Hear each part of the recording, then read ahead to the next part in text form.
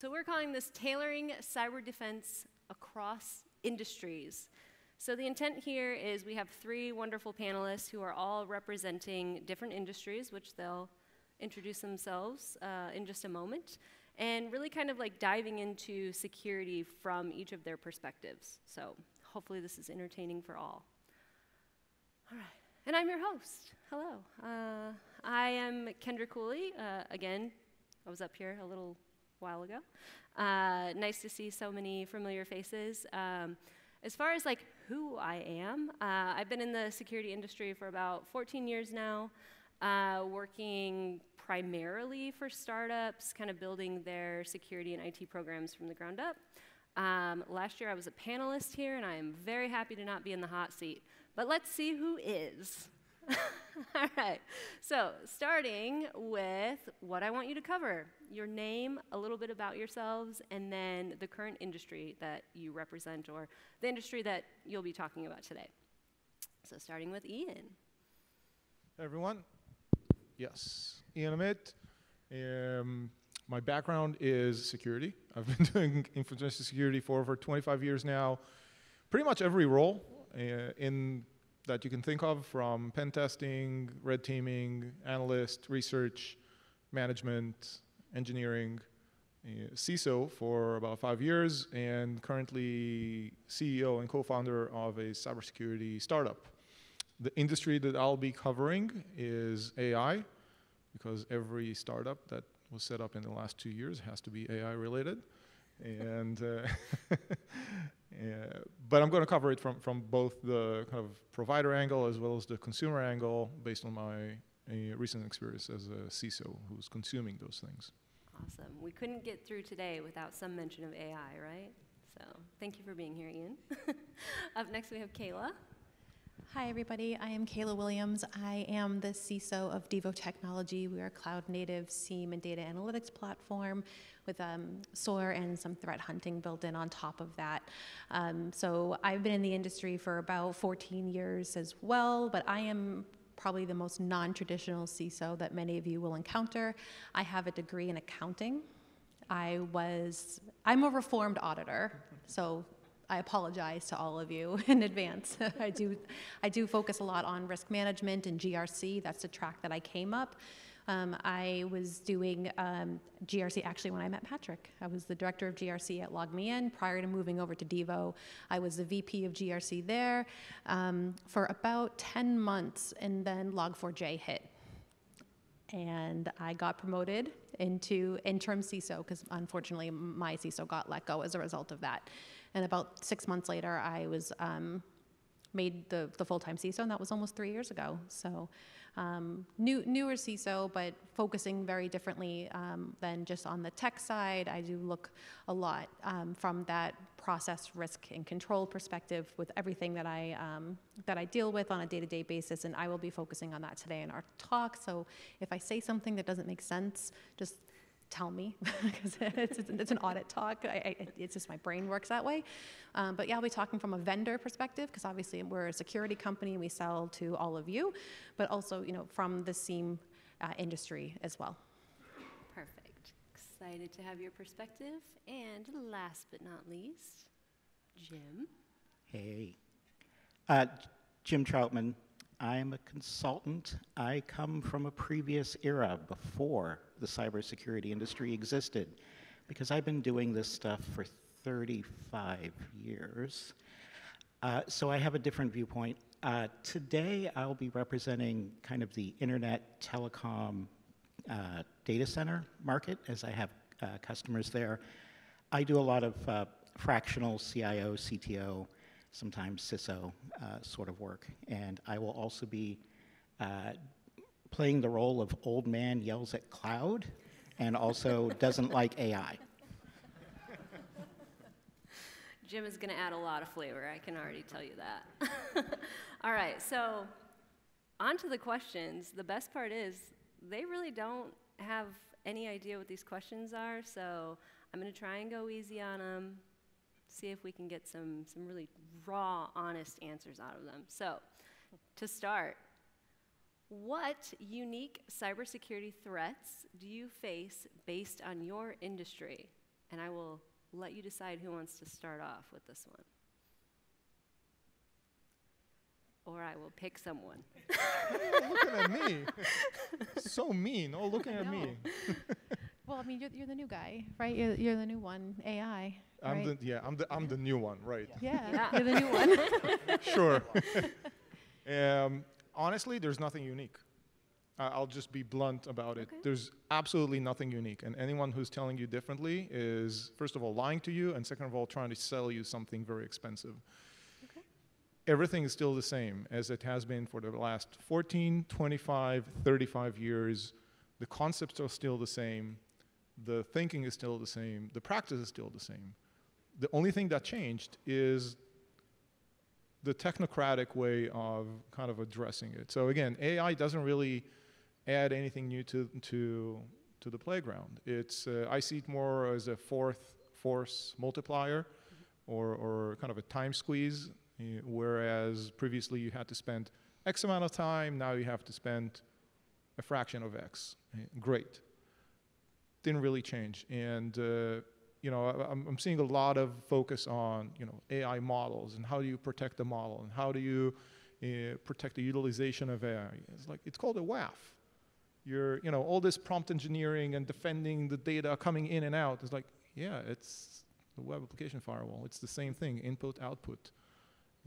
And the models are just models. It's, the old school data or kind of application layer. So I think it's just a new flair to the old practices. And I think that once you realistically look at this from a traditional data in, data out, processing, ownership, threats, exposure, it really, it makes life a little easier and enables you to be more effective in what you do. So that's my take, sorry. Okay. And I'm not apologizing for it. Yeah, I'd have to say, just echoing that, there's really nothing unique from an industry perspective, but I've been doing threat and vulnerability assessments for years, even when I was in internal audit, having to look at them and review them. And it's all really the same. And it's just the controls that you put in place to mitigate the risk may be a little bit different and based on the impact they're going to have. But to me, it is really down to your industry that you're in that's going to lead to the scrutiny that you get from your security team, from all of us, but also from your external auditors and your customers that you see. Mm-hmm. For example, security as a whole, there's really there's no regulation out there besides GDPR and some of the privacy stuff that's kind of in flux, and the new AI laws that are coming in that says you have to follow a certain standard, that you have to do certain things. There's best practices and guidance out there everywhere, but there's nothing really solid there. But then if you look into industry, you have the telco, ISO 27011. I hate that I know that, but I do. Is the best practices in the standard guide that they tell you to march towards, ISO 27001, 17, 18, et cetera, FedRAMP, and they're going to have, whatever those requirements are, they're going to have different levels of scrutiny you have to go to, and how you mitigate your risk is going to depend on the type of information that you have, where it is in the world, and who has access to it. So to me, the best approach to take to mitigate those threats and those risks is just to go back to basics.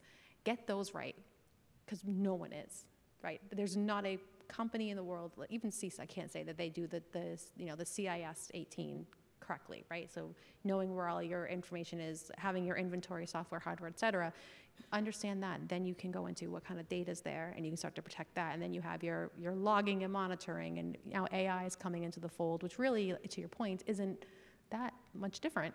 It's just a different attack vector that's coming in now. So I really don't think there's much that's unique. It's based off of the industry, the vertical that you're in, and then what your customers are asking you to have from a security audit perspective. Perfect. Great answer. Jim. Oh, I have different viewpoints. All right. Some opposition. And in the industries I'm talking about today, a lot of their problems are unique. First of all, they have a lot of physical security issues, not cyber, because if you're a telecom, you've got security risks down to the individual telephone pole, with copper thieves as an example, but just integrity issues of keeping your network up and available. There's also a lot of availability concerns in the CIA triad, because if our systems aren't available, none of your systems are going to work, generally. So that's a bigger concern. One of the unique things with telecom is that the systems tend to be very old. It is not unusual to have 25-year-old systems, even 30-year-old systems. You would be surprised that a lot of telecoms have equipment, major capital equipment, on a 30-year depreciation schedule. And the accountants will not let you replace it until it's fully depreciated. So I can literally tell you where there are telecom equipment that still has Windows NT 4 running it, and they can't patch it. They don't want to touch it. So those are, it's like, OT and, ICS SCADA stuff. So it's a different world in terms of that. And even regular equipment, not unusual for that equipment to stay in place, unpatched, for 7 to 10 years. So they try to keep it isolated from the internet. But the reality is most of the equipment passing internet traffic probably hasn't been patched since the day it was put in.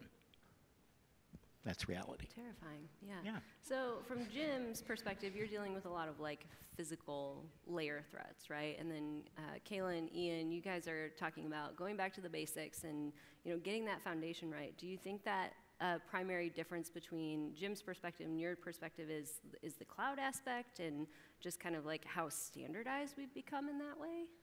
I don't think there's much difference at all. Okay.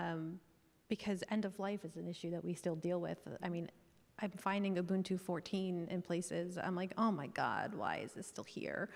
Well, it's not as critical of an industry that you are in. It's still the same issues. I think for the one, I guess, caveat is that it's easier or should be easier for us to address those issues than it is when it comes to telco and the actual devices, the hardware. So sure, potentially due to just the downstream impacts of absolutely, bad patching. Okay, anything to add? Oh, again, I'm in full agreement. There's no real difference. It's just a matter of how do you factor in those constraints, physical constraints, logical constraints of you're not going to touch this for the next 20 years. I was like, okay, I can work with that as long as I, as the security, manager, CISO, can factor in that constraint. I can't touch this. This is a new regulation. Just factor those all in, and that's your map of how do you navigate now around those things. So. All right. So it seems like we have some common ground here to start. Let's see if we can shake this up a little bit. I want you guys to fight. No, I'm just kidding. Given your industry, are there aspects of security that are prioritized more than others? Let's see, Kayla. Yeah, I'll start. Privacy for sure, but I think that is indicative of times that we're in, and this sheer volume of events and incidents that we're hearing outside. But being what we are, we're essentially, we're like a Splunk. For those of you that don't know Devo. Even saying their name just throws me off a bit. But we have a lot of data, and a lot of that is very sensitive data, because you can tell a customer till they're blue in the face, do not send us PII, don't send us EPHI, don't send us credit card holder information. We can't stop the flow. We're a critical control for all of these people, so we know we have it in our environment. Right. So I kind of feel like yeah. No, there's no aspects that are prioritized more than others, other than that. I mean, it's really privacy, making sure that data is safe for the CIA triad, right? Making sure it's all available when it needs to be. It's secure. It's there, because just with any other company, things happen. So then it's again back to the basics. Where's your data? Have you been backing it up? Can you restore it? Because it's great to back it up, but if you can't restore it, then it's junk. So yeah, I mean, I don't think there's much difference between what the rest of the industry is seeing and the rest of really and every company, in my opinion, is a data company today. Yeah. Right. So every industry is going to deal with privacy if they're global, or if they have certain customers in certain states in the U.S. as well. So I just feel like it's privacy right now. Okay. And then just to give some added context to the audience, if they're not familiar, is Devo a U.S.-based only company or global? Where all do you operate? So we were founded in 2011 in Madrid, Spain, and we are now headquartered since 2018 in Boston, Massachusetts, and we are global. So we have customers on every continent except, I believe, South America. Okay. And so from a privacy perspective, just to kind of go on a little tangent here, like how are you staying up to date on all of those privacy concerns as you expand into different markets and things like that? I don't know if it's one of your questions later about like reporting lines, but I report into General Counsel, who's also our DPO, Data Protection Officer. And I'm actually certified in privacy through the IAPP, International Association of Privacy Professionals, so I get the updates there on what's going on. But it's been great reporting into legal for a plethora of reasons, but certainly from a data privacy and protection perspective. Okay, interesting. Yeah. That is not a question on the slides, but very good context to know. Jim, would you like to go next? I would come back to the availability side of it. That is generally the overriding concern of most network operators and data center operators. Obviously, they all have a lot of PII that they have to protect. You can see from all the data breaches how great they are at protecting all of that. But yes, availability, I think, is the special concern in the industries that I work with. Okay, interesting. And then curious to know as well, given how important telco is like incident response something that's like very highly prioritized? Nope, okay.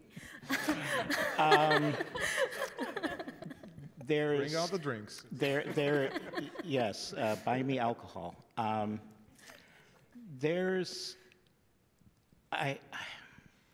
trying to be fair. I would say there's a lack of sophisticated understanding of the importance of incident response because there's been several incidents of some of it foreign power, hacking of devices and networks, and having access to things that nobody should have, and having had that access for years without being detected. Yeah. That was a very diplomatic way to approach that. You're much nicer than I would have been. It was, yeah. And he said it with a smile, too. That should count for something as well. Ian, do you have anything to contribute here? Actually, I do. Okay, awesome.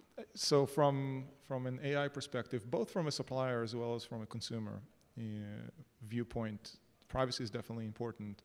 But specifically in AI, I'm not even sure if it's a derivative of privacy or a superset of it. And I'm referring to the integrity and ownership. The nature of AI, especially generative AI that relies on masses of data, is it relies on masses of data. And the ownership of that data is questionable. And even more interesting, the ownership or attribution, accountability of the product that's being generated is even more questionable. And we've all heard about the copyright and ownership issues around AI-generated models, from art all the way down to code. Who owns that?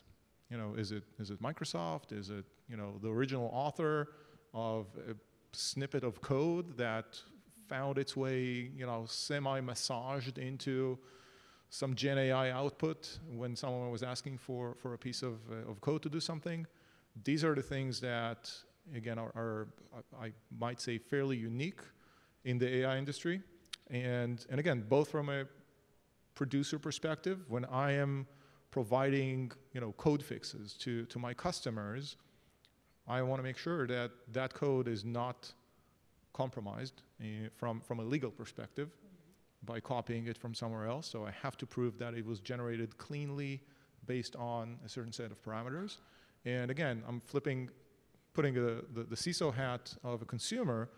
I want to make sure that I'm not opening myself up for litigation or any other legal issues when consuming code and again, basically any artifact that was generated by an AI, whatever flavor of AI that was, and now it's in my infrastructure. Now it's part of my intellectual property. So again, that accountability, ownership is a big question when it comes to security, and it brings a different set of assurances, controls, and attributions or attestations as part of how you build a business and how do you conduct business with anything that has AI in it. Yeah. So curious to know a little bit more about like how you're seeing a differentiation between maybe industries that you were in before where AI wasn't the focus, and now how your customers are approaching, you know, like, hey, tell me more about your service. What extra things are you having to do, those attestations? Like, how is that changing the game for you? So it's changing the game again. There's a few angles to it. The first one is the more regulatory. I don't know if people are tracking the EU AI stuff that requires basically anyone who's producing AI-generated content to be accountable, to have a reproducible model, including the set of parameters that are being used to train that model to prove that whatever they're generating is, again, reproducible and they can track down everything around it. That's a nightmare for a lot of companies that are actually avoiding operations in the EU. Another aspect is, again, SBOM and dealing with providers. So on top of the existing set of DPAs and all the privacy jazz that happens around it, again, I used to live there. Now you have to also make sure that you're accounting for those things. And again, depending on what type of AI you're dealing with, it can get extremely murky because a lot of the providers wouldn't just tell you what their sources are. And with a lot of the providers, specifically, by the way, in the security industry, they're utilizing their customers' data to generate insights and outputs for other customers. In some cases, I might say, you know, when you apply the wrong AI algorithms and use it in the wrong fashion, you will introduce security flaws in code that's supposed to fix security flaws in almost a circular way. And again, good luck tracking that down and providing accountability and protections around it. So that's definitely something that I'm experiencing now, both as a producer, as a vendor that has an AI-based remediation platform, as well as a consumer, because again, I said it before, AI is a force multiplier. I don't want to spend time that I could have been saving. So I'm a heavy user of AI algorithms and tools, both personally as well as in the business, and I want to make sure that whatever applications are being used in my business can be tracked down and can be segregated between the business product and the personal one. That's great, thank you. We do have another question on AI, so I won't ask you all to elaborate on that. We'll hold that one, but any other comments or thoughts on this particular question before we move on? All right. So, what unique data privacy concerns are prevalent in your field, and how do they influence your cybersecurity initiatives? Kind of touched on this a little bit. Anything to elaborate on? Jim, anything?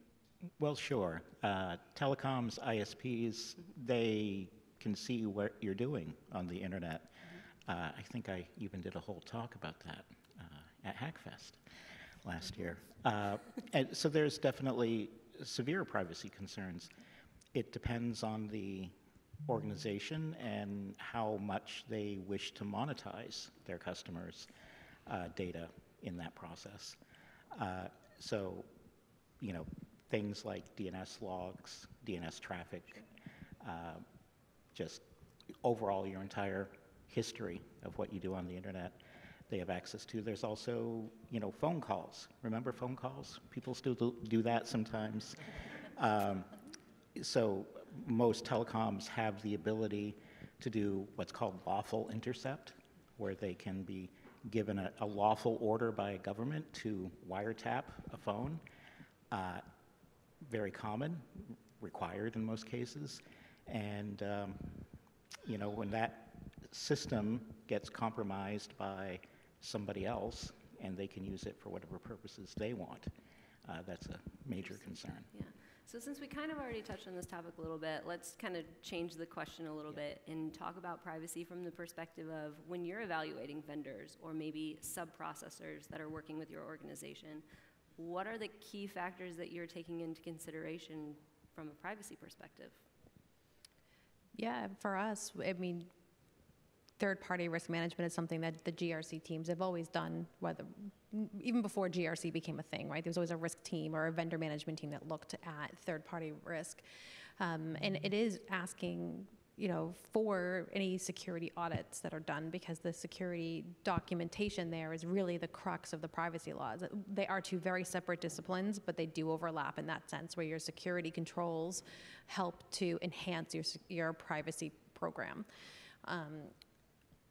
The issue is, like, especially here in the U.S., there in the U.S., not here, just drove in this morning, that the SOC 2, everyone's favorite audit. Don't get me started. Yeah. No, I'm just kidding. Because it's not a standard, right? Where ISO is, you must do this. I don't care how you do it, but you must do it.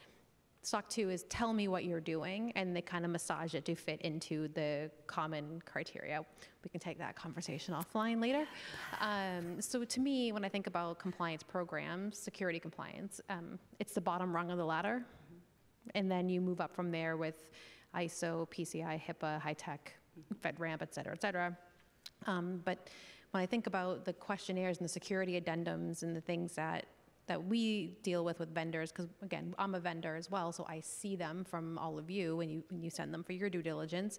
It's really looking at the controls that are in place to mitigate the risk, and it really is kind of the finger in the air. Is is it good or is it not? Because any population in an audit, any sample from that population could be great. Another sample could be trash, right? So it's really subjective, and there really is, to me, maybe you guys have had other experiences, but it really is kind of one of those, well, do they seem like they know what they're talking about when you get on the phone with them? Do you get that gut feeling that the thing that they're attesting to are accurate, and kind of just putting your trust in something like that? Because you can do due diligence until you're blue in the face.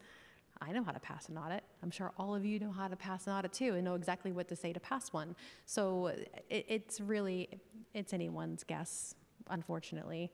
I completely agree, and I have a lot of thoughts and feelings on that particular topic. Jim, do you have anything to add? I totally agree with Kayla. That it's like faith.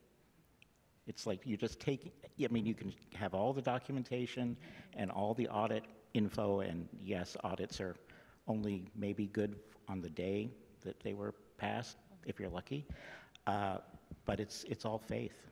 And unfortunately, the third party of your third party is going to get you. Fair enough. Ian? Just two words: faith, thoughts, feelings, all those human things prone to failure. And I don't trust anything and anyone around it. I don't care what SOC 2, ISO, or your favorable rubber stamp is. Legal. Get proper legal documentation, lock it down, things are going to fail, privacy is going to be breached, have legal recourse.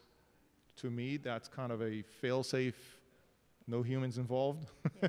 And yes, you can try to build trust and all those, kumbaya things, but at the end of the day, if you're responsible for something, again, even if you look at third-party risk management, there's turtles all the way down. That vendor's got another vendor and some Chinese resource. Yeah. You can't handle that. But if you lock it down with proper legal terms, you at least have some recourse, and you can, again, we're all different practices, whatever it is, we're all doing the same thing. We're all managing risk. So that's one way to hedge that risk with a number on it and say, all right, this is what it's going to cost me, or this is how I can get paid back for this is for what something it's like worth to me, my Yep. company, my business. Yeah, those rep and warrant for sure. Having a strong legal team. We need Justin back from earlier today, so he can assist with that. But no, I think those are all really great points. And I know, like, for me personally, having done a lot of due diligence on vendors and things in the past, it's like, yeah, I look at your audit reports, I look at your questionnaires. Anybody can write anything in a questionnaire. And so at the end of the day, you're kind of left with this like red, yellow, green. It's almost impossible to give that green rating to any vendor anymore. It's like, we're yellow, here's the potential risks, how do we mitigate that, and then move on. So kind of going down that line of questioning, not to name any names for vendors, but have any of you felt comfortable giving a green thumbs up on any vendors recently that may have had privacy implications? No. Okay. I'm not crazy. All right. No, so on my drive up here, so I live outside of Boston, Massachusetts, and I refused to pay the prices to get up here on a flight, so I drove. It cost me $65 in gas to get here. But on my way up, I had my phone open for my GPS, and I can see my emails coming through, and I had 4 new risk acceptance forms from the GRC and privacy team for vendors that came through that I have to look at and review and thumbs up, thumbs down on the acceptance, which I never give a thumbs up. I let my general counsel and legal team be the first ones to sign off on it. Obviously, the business unit head, they don't even read it. They're like, yeah, sure, approved. But I don't. I'm always, because I'm liable. It's true. So I'm just like, nope, you guys can accept the risk. Yeah, it makes total sense. So yeah, rep and warrant. Get those contracts ironclad. Yep. All right. Moving on. Is there anything that has surprised you about cybersecurity in your particular industries? Maybe if you transitioned from another industry and stepped into your current role, is there anything that came as a surprise? Maybe how customers approach you, how you have to approach customers, things of that nature? Not as a CISO, I mean, at least not in the past 10 years. But I remember my transition from a practitioner, like red team, pen tester, all about the technology, to the real world where, no one gives a shit about this, or at least the business sometimes doesn't have to give a shit about something. That was a shocking revelation to me. It's like, what do you mean? I can get root on this server. It's like, I don't care about this server. And so that dichotomy between kind of the technocratic excellence of I can break things and everything should be perfect to no, it doesn't. It's just like it just needs to be okay-ish. That's a tough one to swallow. It needs to be okay-ish. Kayla? I'm going to say something very controversial, but you're going to love it. This is going to make you so happy. Okay. I was a VP of GRC and became CISO, and my day job did not change and has not changed in 2 years. I know you'd love that. Being in risk management and the governance and the steering committees and obviously the compliance, not just with SOC 2 and things like that, but just internal compliance with policies and procedures.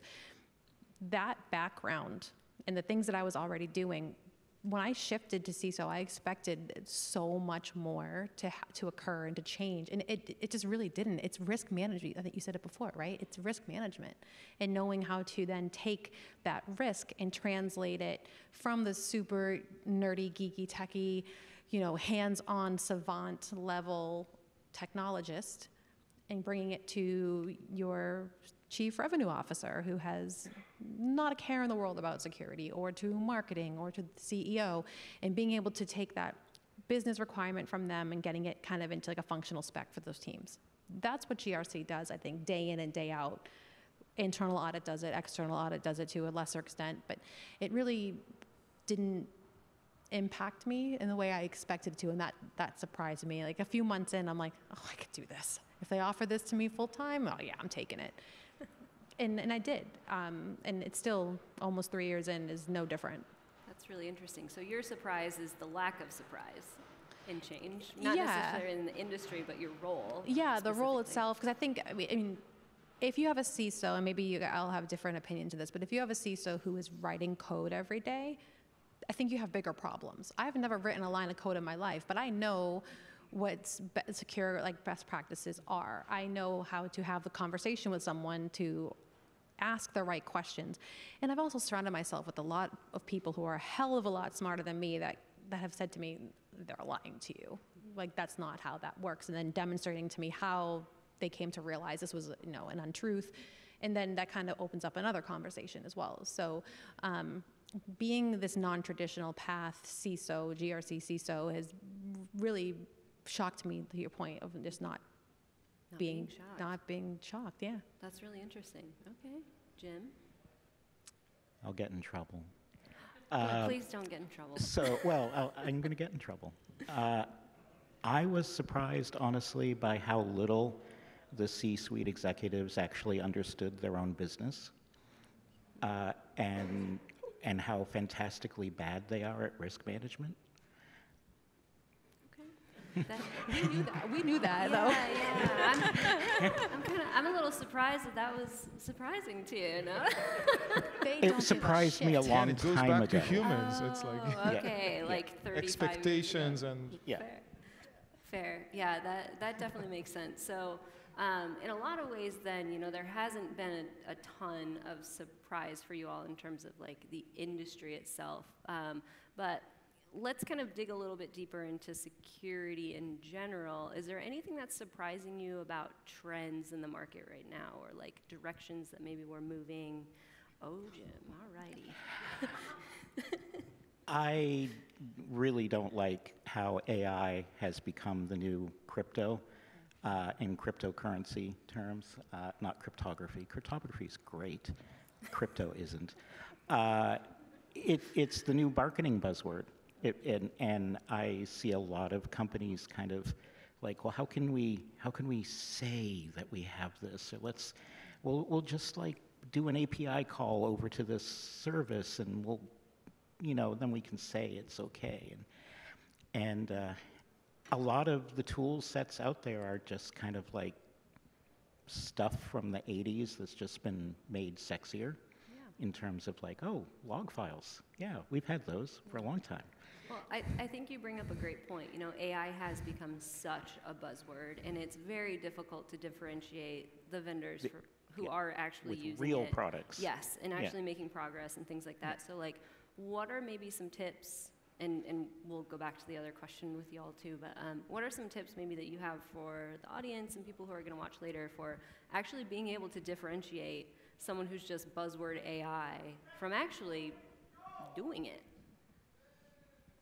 Or utilizing it. I can start. It's my typical test is if I can go through the website, the front page of a website, and not find myself going through the entire thing and asking like, am I the idiot who doesn't understand what the hell does that company does? That's the the biggest one. I mean, I'm also an investor, like a angel investor on the side. I'm working with different companies. The number of companies that I'm seeing that I have no idea what they're doing, and it's all buzzwords. And I was like, look, English is my second language, but I think I'm pretty good at it, and I still don't understand it. That's the first thing, and and it gets worse when they start trying to explain to you what they're doing. It's like, you have no idea how those things connect. And that's the biggest problem. If it makes sense, and it only needs to make sense for a simple deliverable. What is it for me?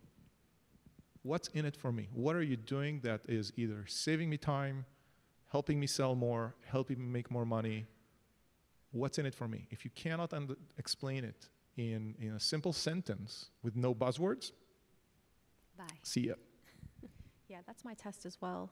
I ask a BDR when they cold call me. I ask them to explain exactly what they do, and if they can't say it without a buzzword, I'm like, okay, no thank you.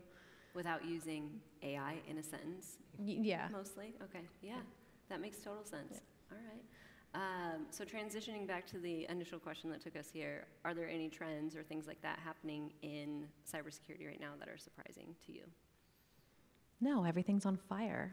Damn. And it's been on fire. Damn. Anybody got an extinguisher out there? Yeah, well, it's because we don't have the basics right, and I'm going to keep saying it. We have to get the CIS 18. If you can get that, even one of them right, it would be a miracle. Fair enough. It's amazing that we're this far into really having like a cybersecurity industry, and we're still messing up things that are so fundamental. Well, I was going to say, if you think about it, though, the CISO role is how old? What, like maybe since like 95? Maybe-ish. Anybody got It's stats on very that? new. Newer. Anybody got stats It's on very that? new. It's very new. Well, I think The like the entire first, like, industry is- well, I think those people who are responsible, maybe it's not CISO role, it's fair. It's new, right? But you think about like a CFO or a CEO. People have been doing accounting and business management for a heck of a lot longer than that. They've made those mistakes, right? They've grown out of that. So I think we're still in this trajectory of coming up and respecting the role, because I think my job is going to be very different than what your job is and what your job is, right? So there's no standardized CISO, however you want to pronounce it.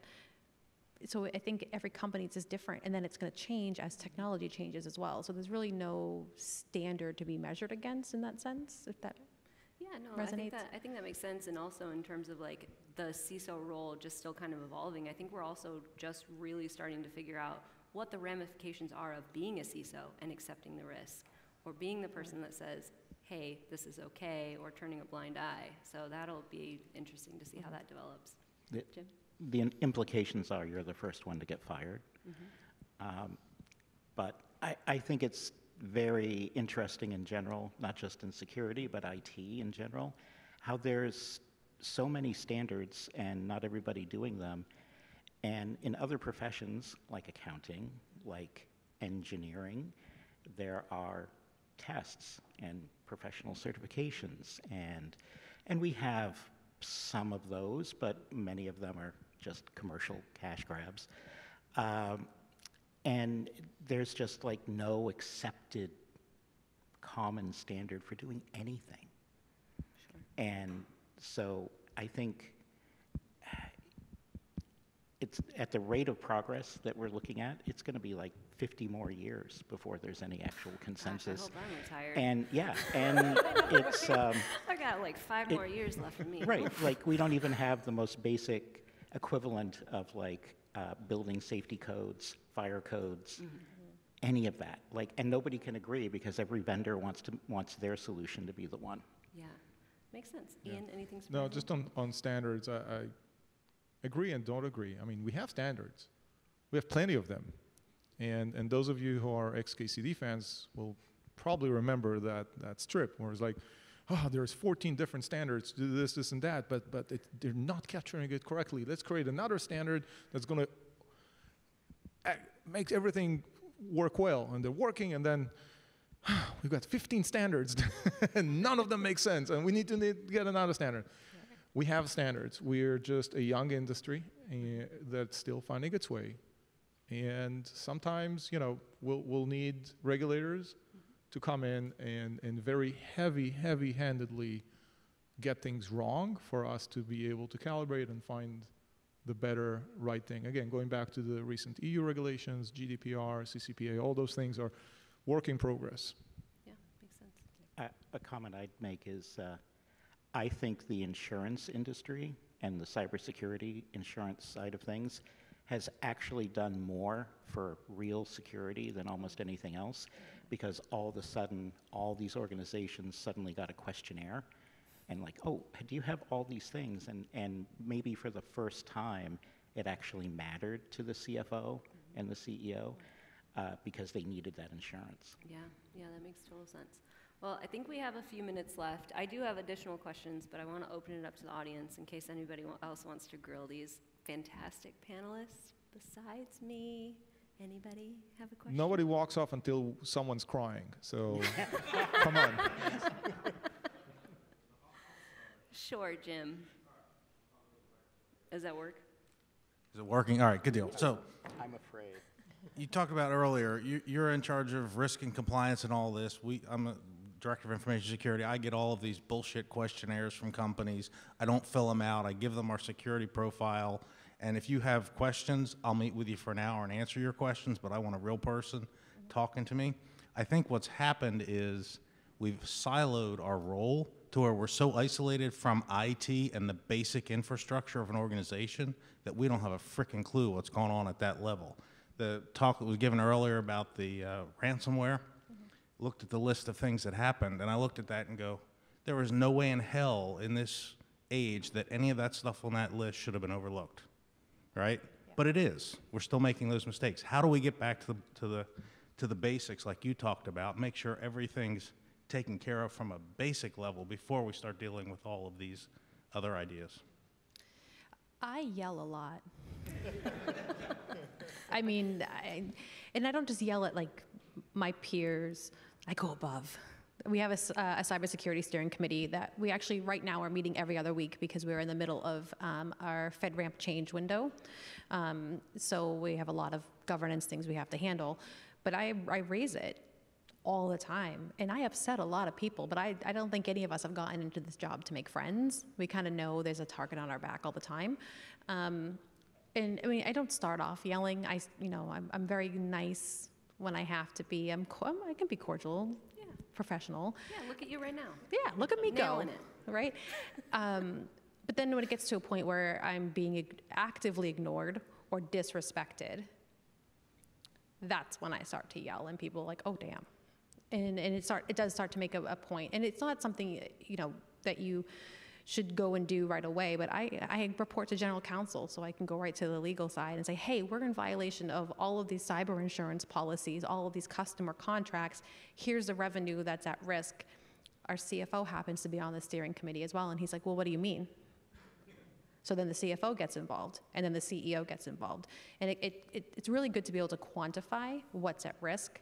And that comes in handy. I have access, we have contract pod, so I have a read-only access to our customer contracts where I can go and see how much it's worth, because I don't trust Salesforce. I don't know if you guys use it. It's junk.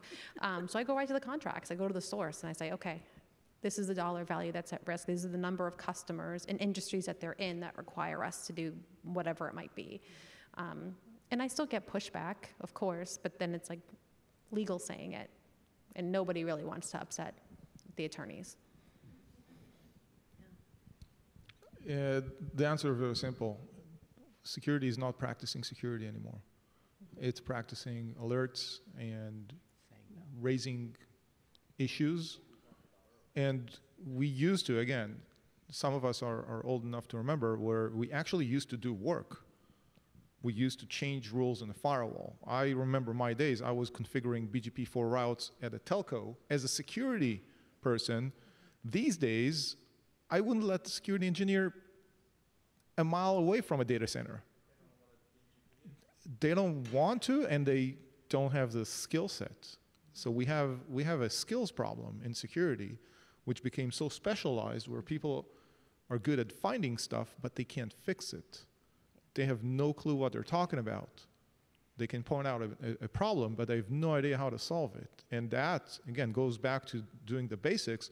We're seeing more issues with getting the basics right because that practice is gone. And we're talking about silos. There's a security that tells you what's wrong, and there's engineering, development, whatever it is, that's actually doing the work, and there's a big distance between them. It's almost a language barrier. Like I'm here in Quebec, I feel like I'm a complete foreigner because I don't speak the language.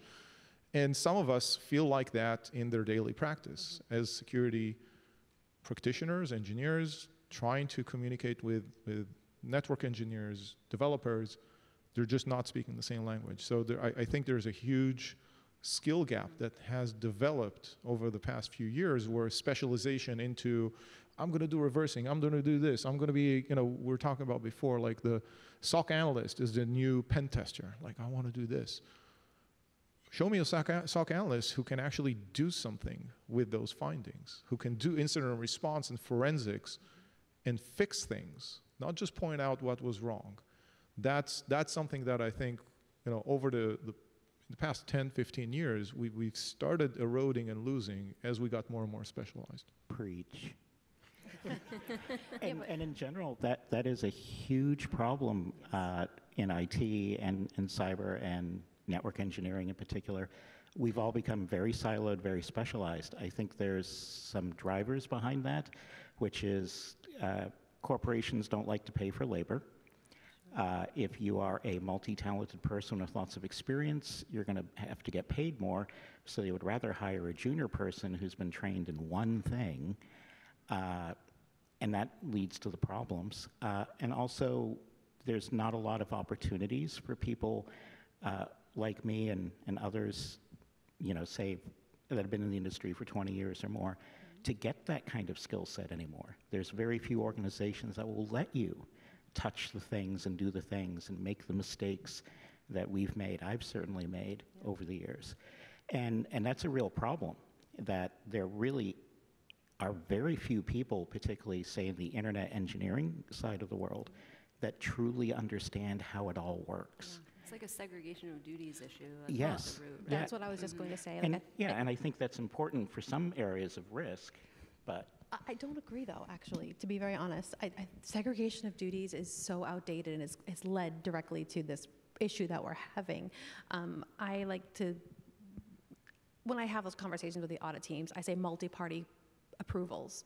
So if you have, obviously, yes, there can be collusion, but if you have like 4 different people that are going to be approving something, why do you have to have segregation of duties? Like, why can't you have a security person who is going in and tuning a firewall instead of going to a firewall governance committee that then makes a decision and takes 6 weeks instead of 10 minutes to do?